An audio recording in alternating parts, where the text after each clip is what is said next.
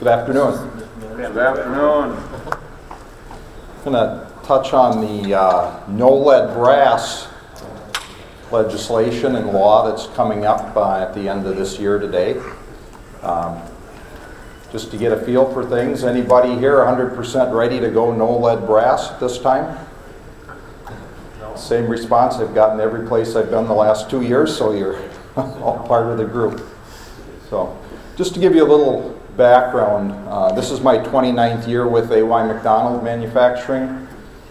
I cover a 5-state territory for them, and this is the main topic of conversation this year at just about every show, convention, presentation that's going on is no lead brass and what it encounters and encompasses and how it's going to affect everybody. Our company is located in Dubuque, Iowa, kind of fitting. We're along the Mississippi River here in St. Cloud. Our plant is in Dubuque, which is on the Mississippi River, right where the states of Iowa, Illinois, and Wisconsin meet. And we do have a brass foundry in Dubuque, and this is our 157th year that we've been in business there, still owned and operated by the same family that founded the company that many years ago. No matter how long any of us have been in the industry, this, from the standpoint of brass, is going to be the biggest change any of us has seen or encountered. It's quite encompassing and a total change from what we've been used to doing for better than 50 years in the industry. What I wanted to start with here today is a brief 3-minute presentation. So much of the lead is been entailed with public relations, and early on with brass presentation and the lead in various water and plumbing products, some of the public relations was quite negative to start with. One of the first in the country, and this was encountered out east, was what we're going to see here on this channel 13.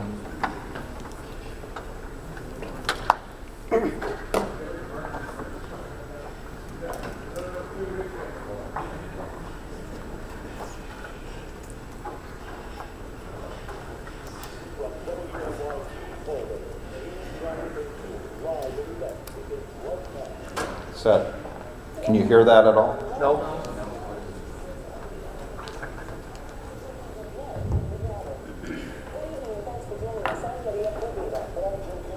Any better? No. Anybody know how to get any better volume out of this?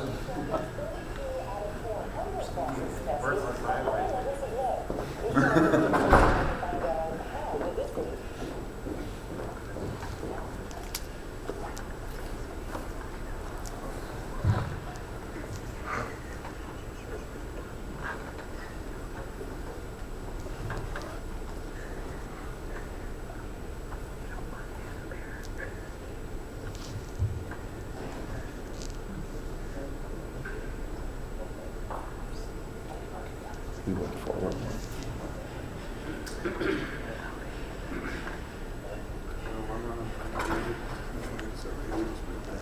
Showing it.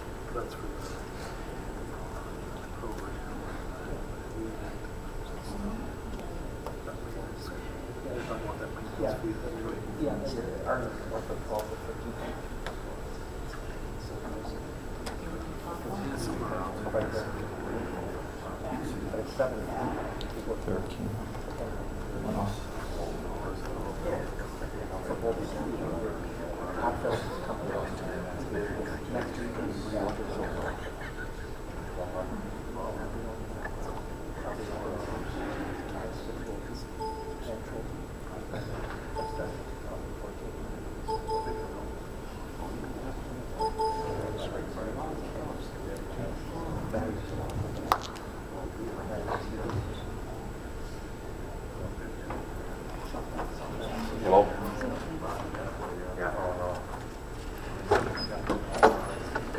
Thank you.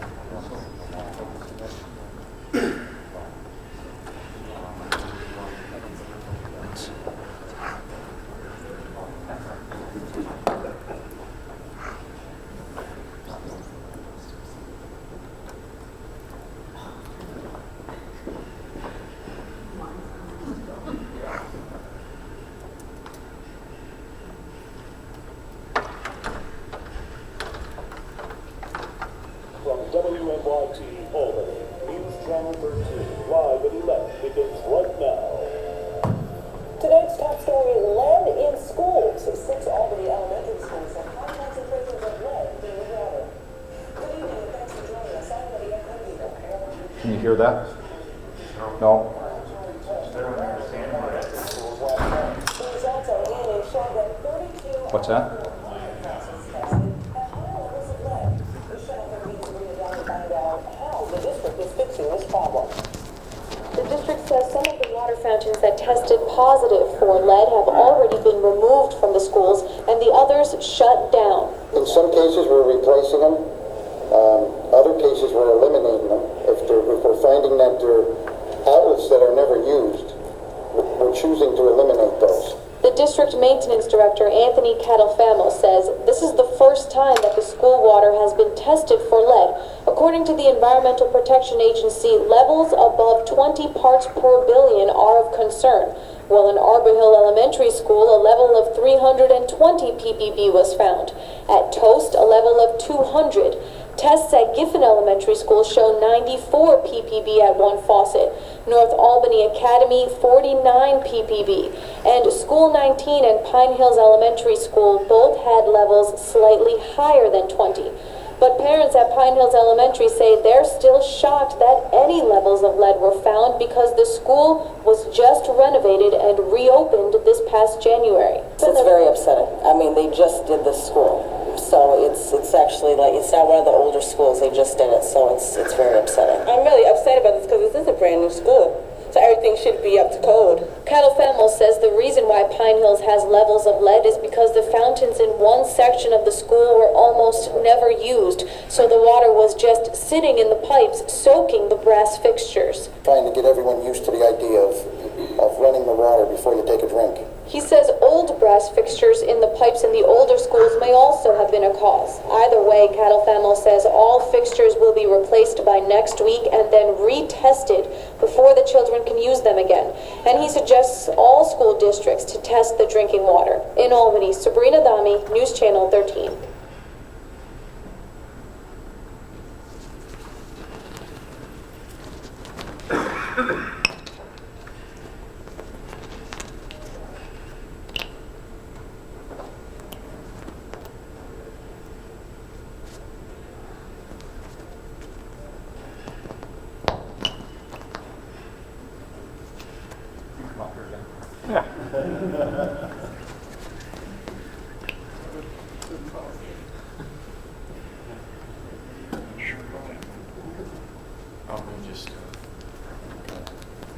Oh, knock her down. Thanks. Sorry about that glitch. But it's a reporting like this that hits the airwaves, and as you can probably imagine, if it happened in your area the next day, things were just wild at in that general area, and from there it just spread pretty much all throughout the Northeast. We've had incidents like this with varying products and their lead content. And we all know the heavy metals, lead, mercury, and so on, are not good for human consumption. But there wasn't the whole story that was given there. It was just briefly touched on there with the one wing where they tested and had the highest concentration of lead in the water, supposedly there were some of those fountains that weren't used for 2 years. So they really weren't in use, or that part of the building wasn't being used, but it was in the test. This is just some information regarding some of the different levels of lead. And it was some of these things that led to what we're going to be seeing now this coming year. And the date that I'll ask you all to keep in mind, you'll be hearing it over and over again, is January 4th of 2014. That's when the Reduction of Lead in Drinking Water Act will actually go into effect and have the biggest effect on all of us.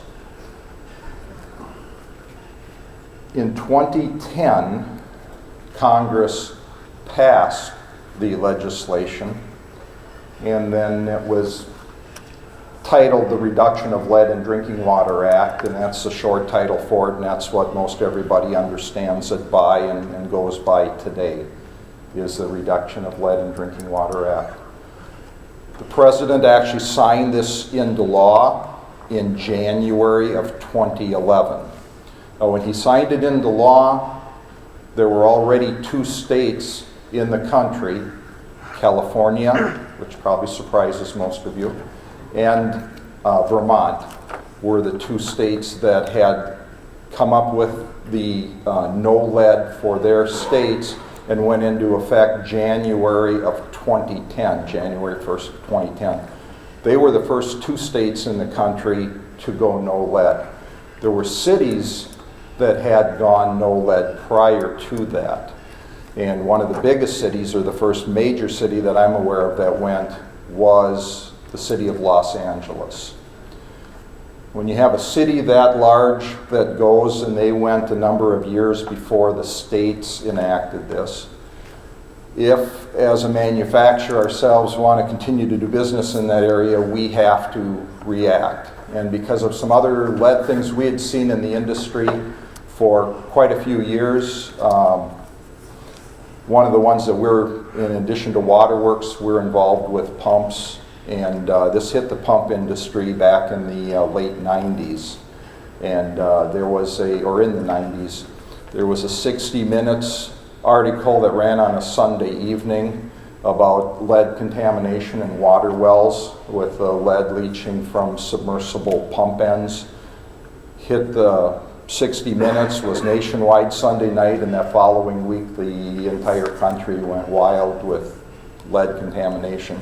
It wasn't until months later when the actual testing methods came out to show how inaccurate the testing that was done. It was basically done in a closed vessel smaller than a 5-gallon pail of water that the raw pump end was left in. But by that time the damage had been done, and all the manufacturers in the industry went to other products, whether it was a silicone or no lead brass on their pump ends, or stainless steel or plastic. There was just a variety of things that happened. So our ownership saw that at some point, and our competitors were realizing it too, at some point it was going to affect the waterworks industry. So we actually started experimenting with no lead product about 20 years ago. And with the change in some of the cities, and again Los Angeles being one of the first major cities, we've actually been selling no lead brass now for about 10 years. And there's quite a learning curve in dealing with no lead brass compared to the standard brass we've all been used to for as long as we've been in the industry. I'll get into some more of that as we go. The one thing I wanted to point out to you is this is for potable water use. And there is a list of exceptions showing up here with pipes, fittings, and the items that you see listed here for parts of the industry that are not for potable water. Wastewater use, irrigation use, industrial, even agricultural use are not falling under this or considered potable water. Now, something that's come to light fairly recently, and I'd like you to try and remember these two terms, because I think we're going to hear more and more about this as this year progresses. In addition to the 2 states that I mentioned that went in 2010 to no lead, in January of 2012, the state of Maryland went no lead. And then January of this year, so just a little over a month ago, or 2 months ago now, Louisiana was the 4th state to go. When the 4 states put their definitions together, they primarily used the term intended use of product. So if the product was intended for use for potable water, it had to be no lead. Come next January, when the Reduction of Lead in Drinking Water Act goes into effect, and the other 46 states in the country are now mandated to go with no lead, the federal definition doesn't use intended. It uses anticipated use. So to most people, intended use is probably a parameter like this. Anticipated use could be a parameter like this. So there's a lot of gray area that exists today, and I'm sure this gray area, there'll be some clarifications as we go through the balance of the year, but there's going to be a lot of it that's not going to have a firm definition given to it.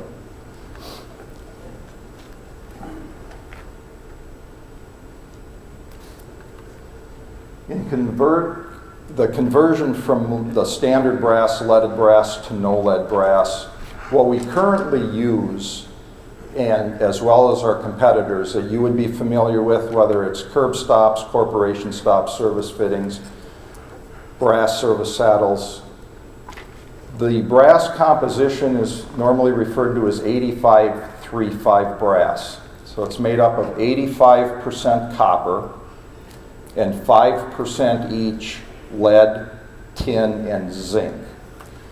Now the 5% lead that's in that composition, and the manufacturers that do what we do all use the same formula or combination of brass. But previously lead could be up to 8%. The 5% is what's been used for many years. That 5% level under the new definition of no lead in the federal law is equal to or less than 1/4%. So we're going from 5 down to 0.25. And so that there's a safety factor, I know we're pouring to a 0.09% lead content. I know at least one of our competitors is also pouring to a 0.09% content. So there'll be a safety factor in case there's any foreign chance of some contamination. It will not exceed that 0.25.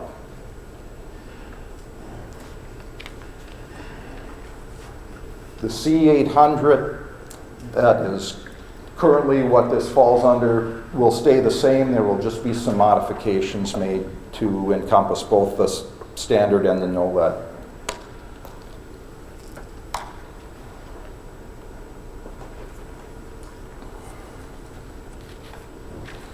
The lead that's in the brass currently, the 5%, primarily serves 3 functions. It's in there for 3 reasons.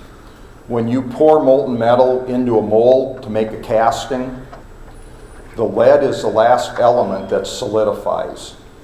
So you can have microscopic pores in some of the brass, you can have other flaws in there, but the brass is the last item to solidify, so that helps seal. In the industry, it's normally referred to as porosity. Sometimes it's openings so small you can't see them by eye or physical sight of it, but when you put water under pressure in there, it can weep through the brass. The lead helps seal that, make a watertight casting. Secondly, the lead acts as a lubricant. So when you're machining the product, it helps the tools wear well. In addition to getting nice, sharp, crisp threads, nice flush surfaces, it aids in that machining.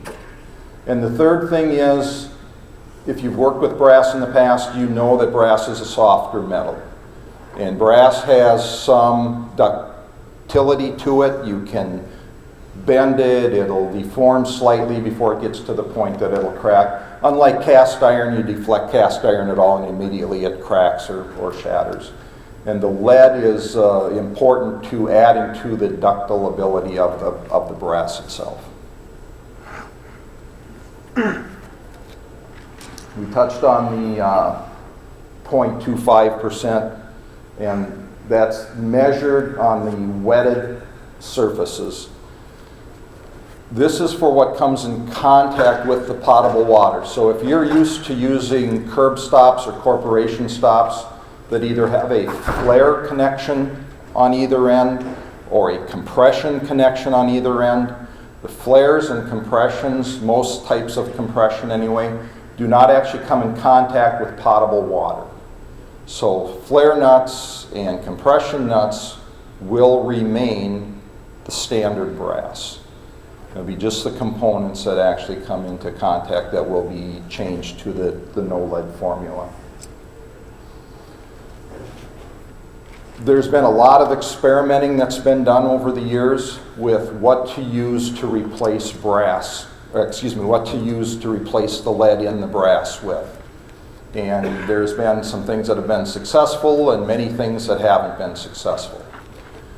What we have targeted, and most of our competition is targeted, is the first item shown up there, that bismuth. Anybody in here that's a waterfowl hunter, ducks or geese, you might have heard of bismuth before. A number of years ago, federal waterfowl regulations changed where you could not use shotgun shells with lead shot in them. The first thing manufacturers did is went to steel. A lot of hunters didn't care for the steel. It wasn't as dense as lead, didn't think it had the same knockdown or killing power the lead did, and a lot of people were concerned about wounded birds. So then a number of other things were experimented with, and one of the things that shotgun shell manufacturers came up with was that bismuth. And bismuth and lead are neighbors on the periodic chart of elements, so they're right next to each other.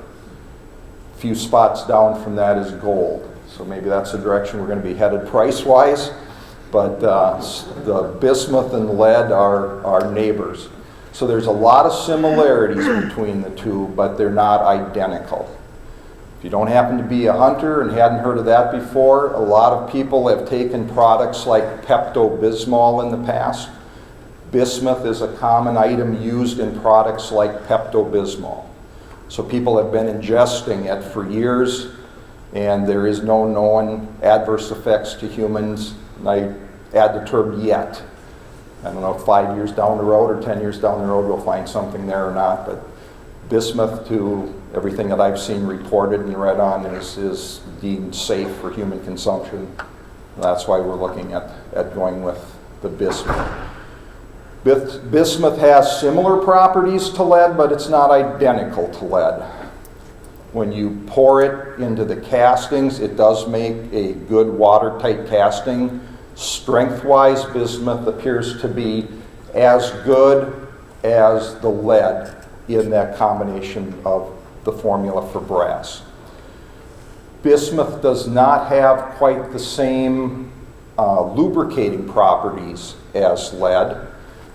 That shouldn't affect it from a standpoint of what you see greatly, but from a manufacturing standpoint, it does create higher costs because tools are not going to wear as well, they're not going to last as long, and there are some other challenges in the machining process. There are challenges in the pouring of the brass too, but that's something that's a learned process as we experiment or have experimented over the years with it, in that sometimes to pour the brass into the same mold requires a different temperature or a different rate of pouring the metal, because it does have a tendency to flow a little different or cool a little different.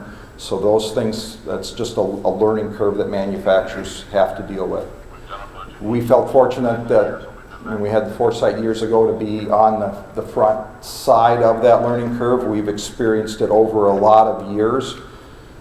Some of the people in our industry or in the plumbing industry have had to play kind of a catch-up game, and in trying to do things fast, I mean, there's some products I've heard of scrap rates from a single pour that could be as high as 85% or more.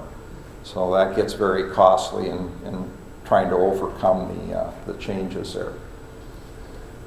One other thing that bismuth doesn't do quite as well as lead is the ductile ability. And the federal government has realized that, and there's been on the waterworks side one exception made to the no lead brass rule going into effect next January. And that's on brass service saddles. What the concern was there is, being they're not as ductile as the standard brass, a lot of saddles get put on water main when the water main is empty. After they're installed, especially if it's a PVC or a poly type main, you energize that main, there's some flex because of the water pressure to the pipe itself, and there was concern with the saddles not being as ductile, you could run into a lot of issues with cracking or breaking of saddles. So that is one exception that's been made on the waterworks side, and there's been a few other ones on the plumbing side.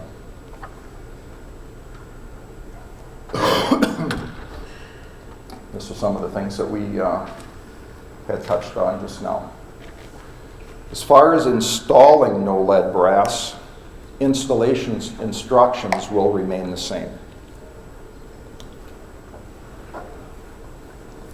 All the care that's been required in working with brass in the past will continue to follow through in the future. There, as far as it's been promoted for years of not using pipe wrenches, the jawed wrench from primarily the pipe wrenches on the brass because it can distort it. Flat jawed wrenches with adjustability so you can get a nice tight fit on the wrench flats or on the flats of the valves is the recommended practice. We know that there are pipe wrenches in just about every trench out there, and for the most part, especially in the time that ball valves have come into predominance now versus the plug style valves, it's not as dramatic an issue as it had been back when the plug style corps were installed, because those tolerances were so tight, if that brass got distorted at all, it could create or start a leak.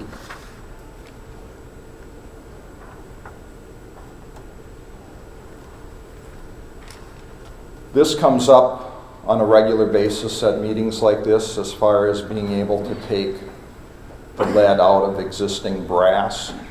And because of what is required, it's not a practical solution. So, unlike brass that we've been using for years, there is a scrap stream of 8535 brass in the market. Not that brass or copper has been inexpensive in the last number of years, but it does help hold the cost down somewhat because there is a scrap stream of brass.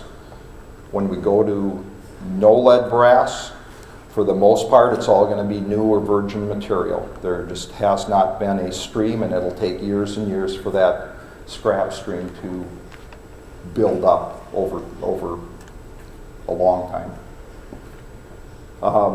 Bismuth has been indicated is readily available around the world. It doesn't appear from things that I've seen that we have huge reserves of bismuth in the U.S., but it is a plentiful element around the world. There isn't any indication or any forecast that there's going to be any shortages of bismuth as we move toward the no lead. It's going to be, as I mentioned, the virgin material being made.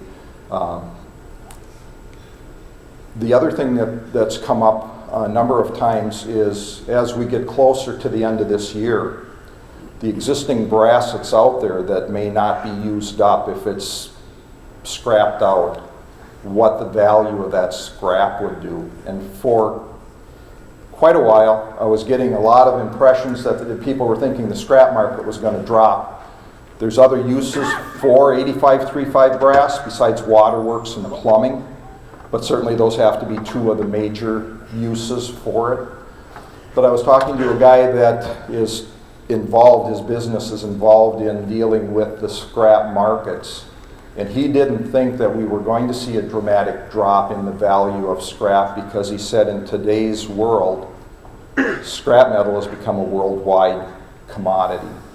And he said he thought that would minimize the effect that we're going to see on scrap values as we get closer to the end of the year.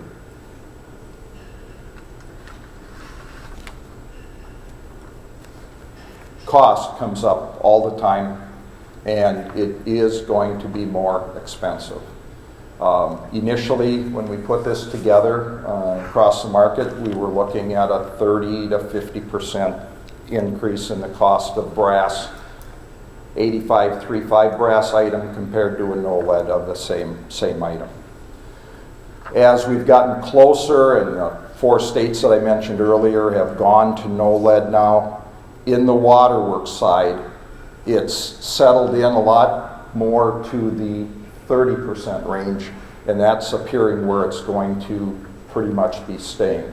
So at this point in time, it doesn't look like we're going to be hitting the high end of that range. We'll be in the 30% range.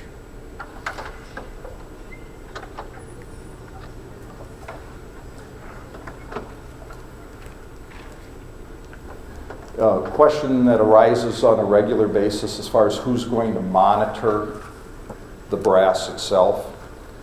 And there are a number of agencies and independent laboratories that are listed, and we put that on our website, and these are just a few of the ones that are in the market.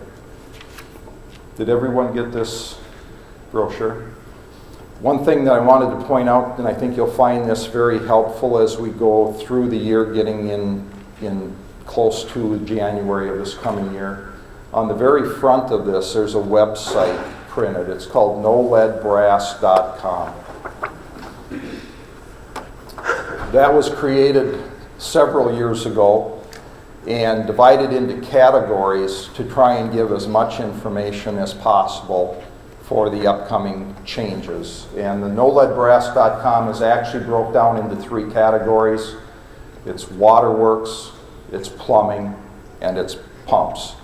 A lot of very, very helpful information. Now, we're sitting here in March now with less than a year to go before this goes into effect. And when the President signed this into law, when we knew it was all coming, was January of 2011, and there was a 36-month window in there to use up existing inventories before this actually went into effect. The way this law is written, and what's going to greatly affect probably everybody in the room here, is that come January 4th of 2014, if you have any standard brass product left in your inventory, on a job site, if it's not installed and completed by January 4th of 2014, it legally cannot be sold or installed. I know for a lot of municipalities and rural water districts, it creates huge issues because of the inventory that's been accumulated over the years. I mean, some of you guys probably have product that's 10, 15, 20 years old in your warehouses or in your shops, but you know if this certain problem comes up, you've got it there to handle that problem. January 4th of 2014, that legally cannot be sold or installed from that day forward. So it creates a lot of issues, and we're kind of down to crunch time now. One thing I get reminded of on a regular basis from the factory is that not just the states on both coasts that went no lead, but the surrounding areas have been much more on top of things and making the changes to no lead on a quicker basis than we have in the Midwest or the central part of the country. It appears from Wisconsin, Minnesota, the Dakotas, south to just about Oklahoma. That center swath has not seen or felt the sense of urgency in making the changes needed to be ready for the no lead, where we're seeing the influences coming from both coasts working this way. So in the months that we have remaining, we have an awful lot of work to do to get prepared for this, to try and get as much product used up as possible. The other area where I haven't seen a real strong sense of urgency with this changeover is when this goes into effect, it's going to require that every single waterworks spec out there that has anything brass related to it is going to, at the minimum, have to be modified or, more likely, completely rewritten. And at the various shows I've been at the last 2 years, in talking to a lot of engineering firms, that sense of urgency just hasn't been there. I just came a couple weeks ago, I was out in North Dakota for their rural water show, doing a similar talk like this, and I think there's still probably about 20% that are unaware of the no lead changeover. So if any of you at the start of the meeting here today really weren't sure about this, don't feel alone. It's a significant percentage yet. Somehow the word just hasn't gotten out to everybody. But after the presentation in North Dakota, I was back at my booth and I had an engineer stop by that was at the presentation, and he said that he had never heard of it before, and he was doing all kinds of projects out in the western part of North Dakota that were oil field related, but they were for water. So, like I said, there's an awful lot of work that we've got ahead of us yet here in getting prepared for this.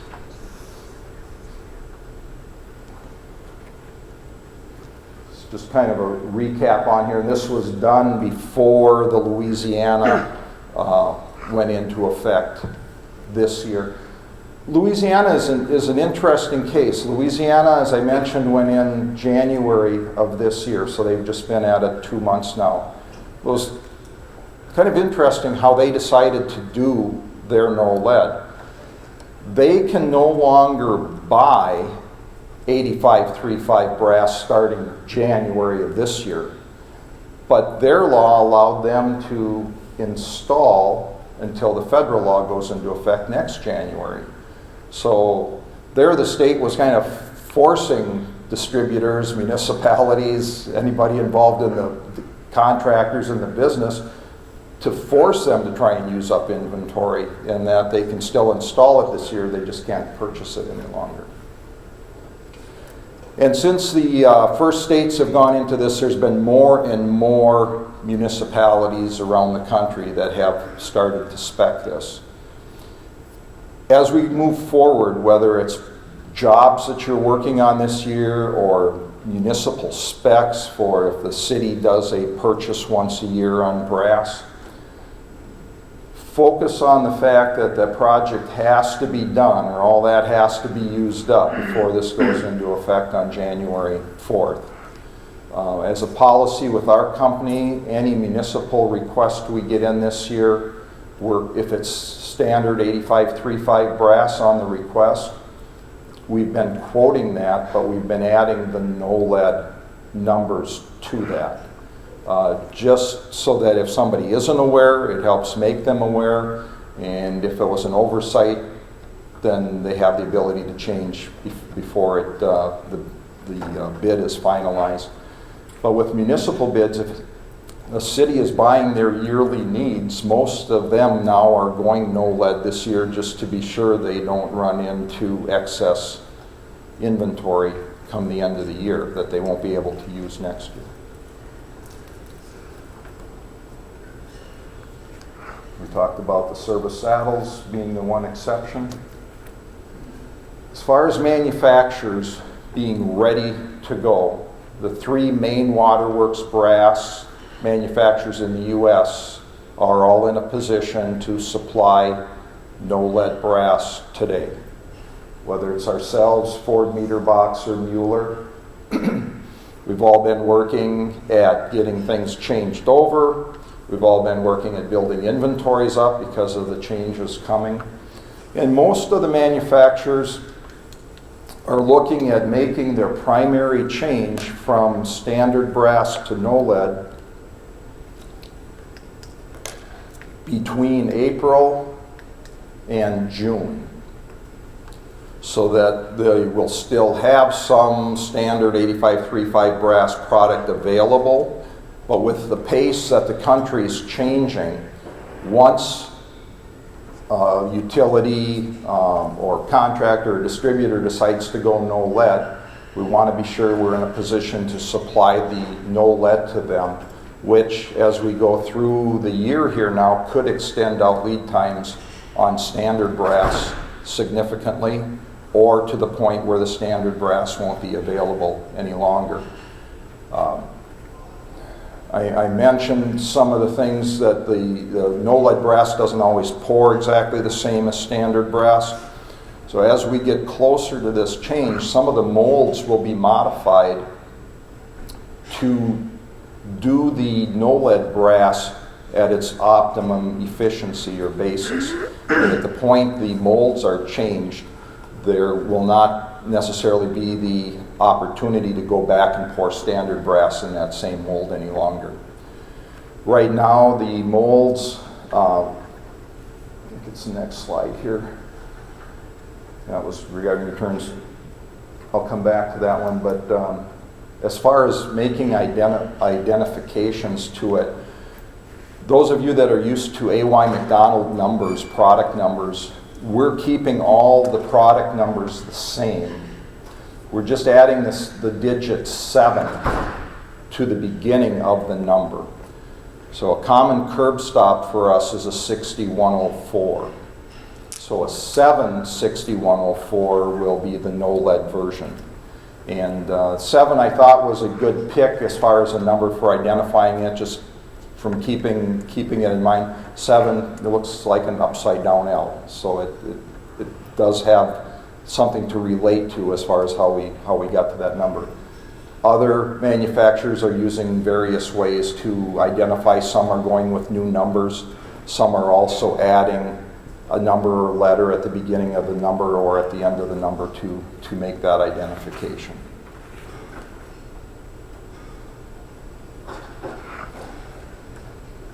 Go back to one of the questions that does come up quite often is, what about existing inventories? And pretty much everyone in the industry has taken the same stance on this because of such a large part of the country having to make the switch at the same time. With the fact that everybody's has to be compliant by January 4th of this coming year, there really isn't any way possible for a manufacturer to take product back and be able to use that without having large excess inventories carried over. Distributors aren't in a position to take that back because they really won't have any place to use it. So it's basically a matter of using the product up by the end of the year to legally comply. I get questions asked on a regular basis about, well, who's going to enforce this and how's it going to be interpreted? And there is a lot of gray area yet in the parts of 5 states that I cover. Earlier in January, there was a South Dakota Rural Water Show, and for the first time, the state was supposed to be at that show after the no lead brass presentation, and they were going to explain the interpretation and the enforcement.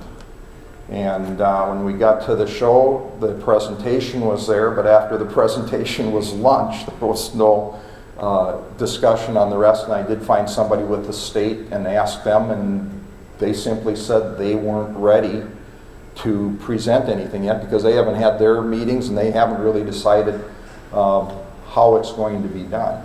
So there is a lot of gray area with this yet on how things are going to be done. Most commonly, it's thought that the federal government has passed this, They throw it down to the states, and then the state filters it down to the counties, the cities, township, to be enforced. And so in all likelihood, it's going to be the same inspectors that are currently doing inspections that are going to be the ones interpreting this and then enforcing it. There isn't anything black and white here to really have a good feel for this, other than we know the common items, the corpse, the curb stops, the service fittings, definitely have potable water going through them, so those will have to be no lead compliant. But things that get into the gray areas have not been really discussed yet. I don't know if there was any greater clarification at the show here or not, but one of the common things that's been coming up evolves around water meters. And the most popular interpretation of the way the law is written now is if you have an existing water meter in a house and you pull that, as is done from time to time, to check the efficiency of that meter, and say you tested it and that meter tested 100%. Well, the common interpretation is you can't take the same brass meter and put it back in the same house you just took it out of before the test, that it now has to be replaced with a no lead product because it's been separated from the system. Okay. Earlier, I've had different conversations with some of the meter guys, and I know they're hoping for clarification at least by May or June of this year to see exactly how that's going to be interpreted. But as of yet, from the information I've received, that has not been determined. But when we look at that, it brings up a whole array of other potential or possibilities here. One thing that I find ironic myself is that maybe a lot of the people here that are from cities, a lot of your cities might have lead water service pipe or water services in your city yet. When this law was written, there isn't anything in the law mandating that if after January 4th, if you go to work on that service, that you have to replace the lead pipe. But if you're making a repair to that lead service pipe and you're using a brass valve or fitting, it has to be no lead brass. So,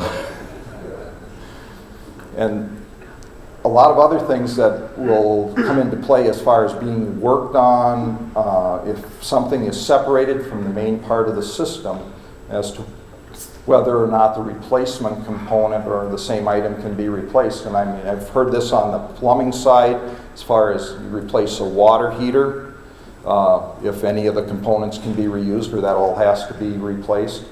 On pump tanks, if you have a private well, a lot of pump tanks have a tank key on them that has a union on, which makes for an easier or quicker replacement.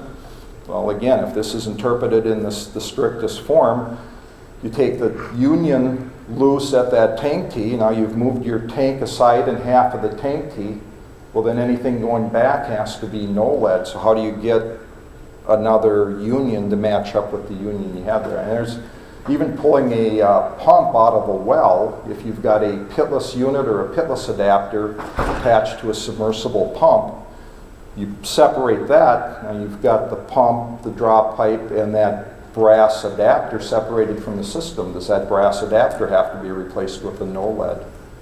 So there's all kinds of things coming up here. Yes. Yeah. Is there going to be a different color from regular brass fitting that we're using now? Great question.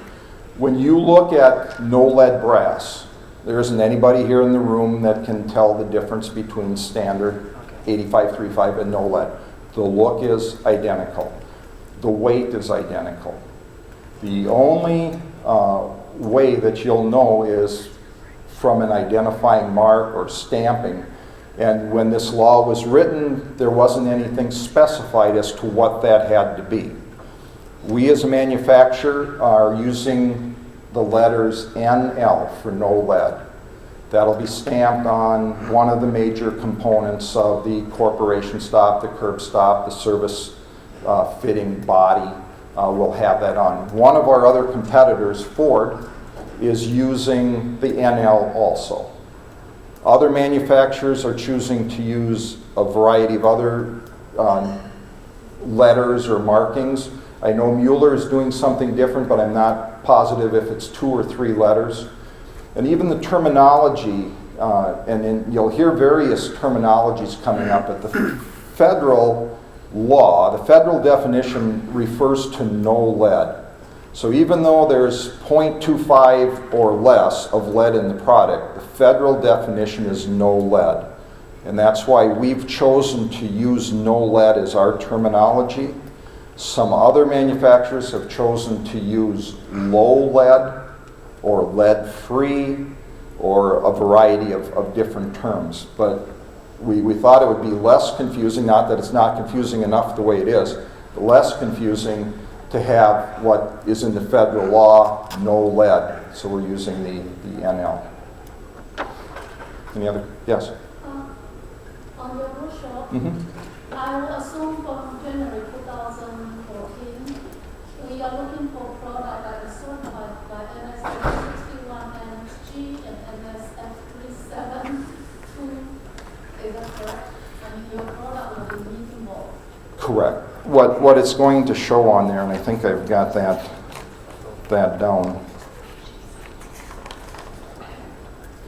is the no lead will fall under an ASTM number of C89833. But the no lead NSF standard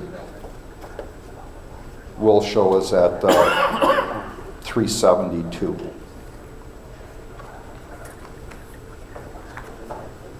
And there's more information on that website too to help lay that out in a better order. A lot of numbers in just talking to try to keep straight. So, any other questions? In your when you first started, did you say anything about talking about the lead law and all that we have? You know, that we have sampling every year, 3 years plus the person.